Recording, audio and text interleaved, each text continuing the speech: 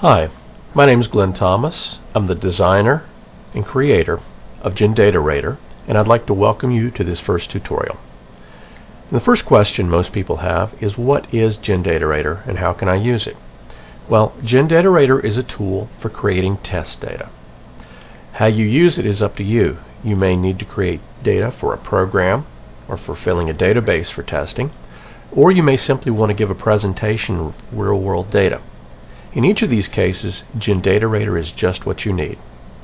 In fact, on the home page of the website, www.gendatarator.com, you'll see an example of some data we actually created using this tool. In this case, we needed to create an account number, a name, address, city, state, and zip, social security number, an area code and phone number, and a birthday. The data we created is illustrated on the first page, and the set of tokens that we used to create this data is as simple as this one line of tokens separated by commas right here. Now, Gendatarator takes one form right now that's called freeform. We're currently working on another version called Gendatarator Plus, which will have several enhancements and several different new capabilities, along with a different look and feel that's more of a table look. This will especially be useful for people that are doing data to fill SQL databases. Now, as we're looking at the tabs on the top of the page, documentation will take you to the current online user manual, which is a very, very useful tool. There's also a token list quick reference, which lists all of the tokens in Gendatarator and how they can be used along with their formats.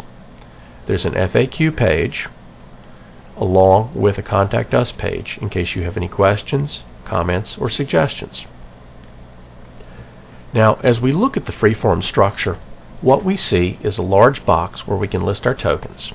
Now, at this time, there's many other things on the page that we can use to help generate the data.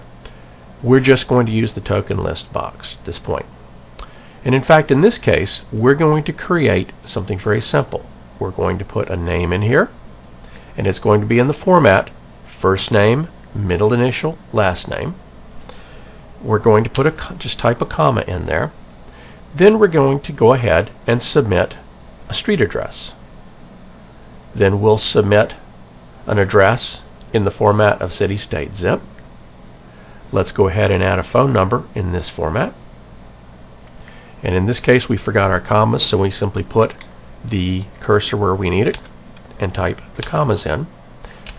And just to show you how this works, if we needed to do something different, such as a date, we could go ahead and click on that, and we could select the type of date we want. Now, there's two types of dates that we support in here, dynamic and static.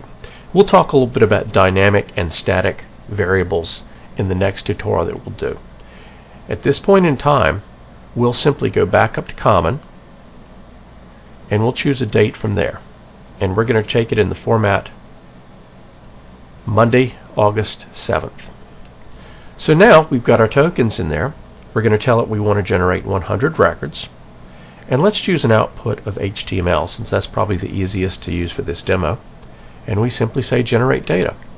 Now, if your browser is set up correctly, you should get a pop-up box, and it's going to ask if you'd like to save it or open it with Firefox or Internet Explorer. In this case, we'll tell it to open it with Firefox. And let me close this window so we can see it. And we can see right here, it generated a name, first, middle, initial, last. An address, city, state, and zip. Phone number, and then the date in the format we requested.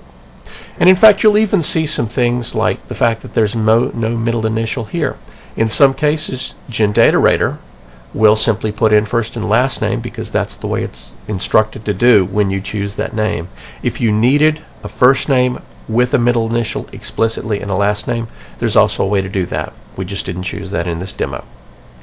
Anyway, that's it in a nutshell. That's the first tutorial. My name is Glenn Thomas. Thanks again for watching it.